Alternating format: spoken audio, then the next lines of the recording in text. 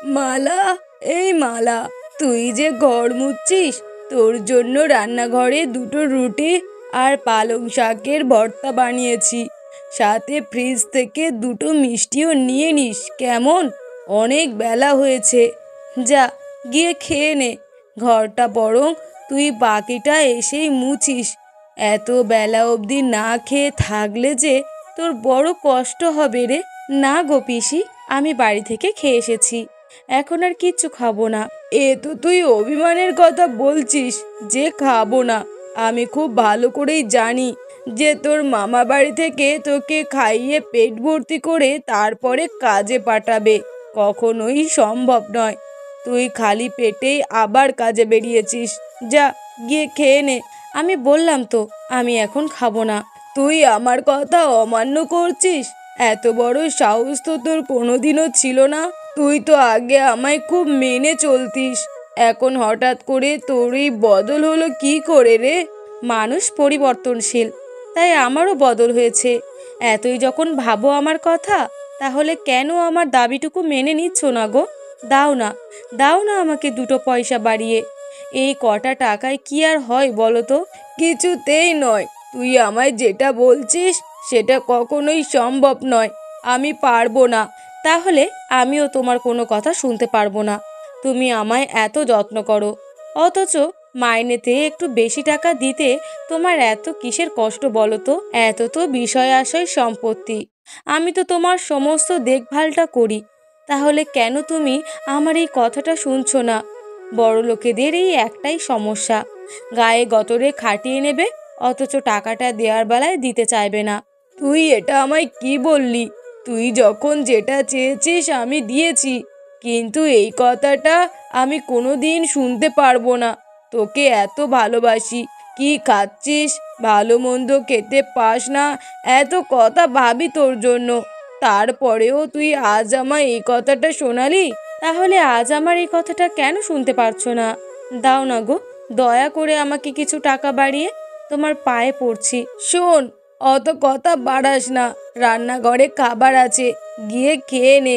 তবে তুই যদি আমার কথা অমান্য করে এখনো কাজ করিস, তাহলে আমি বলে রাখলাম তুই আমার হাতে মার খাবি। পিসিমা আমায় কত ভালোবাসে, তাহলে কেন আমার কথাটা শুনতে চাইছেন না উনি? কেন বুঝতে পারছেন না মাইনেটা বাড়ানোর খুব দরকার, না হলে যে আমি বিপদে পড়ব। এরপর সেই দিনকার কাজ শেষ করে মালা বাড়ি চলে গেল। বাড়িতে গিয়ে, কি রে এই হতচ্ছাড়ি মেয়ে, কোথায় গেলি রে? বাড়িতে এসেই গতরখানা এলি, একেবারে শুয়ে পড়লি। ঘরেও যে কিছু কাজবাজ আছে, সেগুলো কি ভুলে গেলি নাকি? আমি তো সকালবেলা সমস্ত কাজ করে দিয়েই তারপরে গেছি। রান্না বান্না, ঘরদোর পরিষ্কার, বাসন মাজা সব করে দিয়ে তারপরেই কর্তামাদের বাড়িতে কাজে যায়। সারাদিন কাজ করার পরে আর শরীরটা চলছে না। কয়েকটা দিন শরীরের ওপর অনেক পরিশ্রম যাচ্ছে তো, তাই শরীরটা বড্ড ক্লান্ত। বিছানায় শুয়ে পড়েছিলাম। ওরে বাবা গো, নবাবজাদির বেটির আজকে শরীর ক্লান্ত হয়ে পড়েছে। জানিস না, ছোট লোকের বাচ্চাদের শরীরে কোনো ক্লান্তি থাকতে নেই। তোকে কি আমি বসিয়ে বসিয়ে গেলাবো নাকি? এমনি এমনি আমার পা দুটো খুব ব্যথা করছে, পাটা টিপে দে। মামি, তুমি আমার সঙ্গে কেন এত খারাপ ব্যবহার করো? একটু তো ভালো করেও কথা বলতে পারো। তুমি যখন যেটা বলেছো আমি সব করে দিয়েছি, তারপরেও এই রকম ব্যবহার? দাঁড়াও, তোমার পা টিপে দিচ্ছি।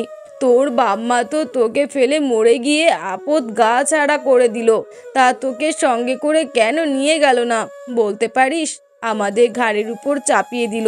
আর শোন, তোকে বলেছিলাম মাইনে বাড়ানোর কথা, তুই কি বলেছিস? বলেছিলাম তো, কিন্তু উনি কিছুতেই রাজি হচ্ছেন না গো। তাহলে এক কাজ কর, তুই বরং আরো 4 বাড়ি কাজ ধরে নে। আমি কিচ্ছু জানি না। এই মাস থেকে আমার ডবল রোজগার চাই। তুই তো জানিস জিনিসপত্রের দাম কত বেড়েছে। আমি এই টাকায় তোকে খাওয়াতে আর পারছি না। তোমাকে তো আমি কম টাকা দিই না মামি, মাস গেলে 7,000 টাকা তোমার হাতে তুলে দিই। তারপরও তুমি বলছো এই টাকায় আমাকে খাওয়াতে পারছো না। আর তাছাড়াও সংসারের সমস্ত কাজ আমি করে দিয়ে যাই, তোমায় হাত পা নেড়ে কিচ্ছু করতে হয় না। এরপরেও এত কথা? আমি যদি গিন্নি মায়ের বাড়ির কাজ ছাড়াও আরো 4 বাড়ি কাজ করি তাহলে দিনের সময়টা কখন পাবো? সে তুই কোথা থেকে কি করবি আমার জেনে কি আছে? আমি বলেছি আমার চাই মানে চাই।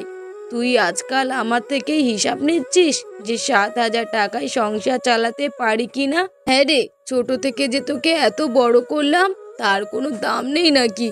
অকৃতজ্ঞ বেঈমানের বাচ্চা! ছোট থেকে তো তোমরা আর আমাকে এমনি এমনি বড় করনি, আমার থেকে অনেক কিছু নিয়েও নিয়েছো। এখনো পর্যন্ত আমি লোকের বাড়িতে কাজ করতে যাই। বড্ড বড় বড় কথা বলছিস রে তুই।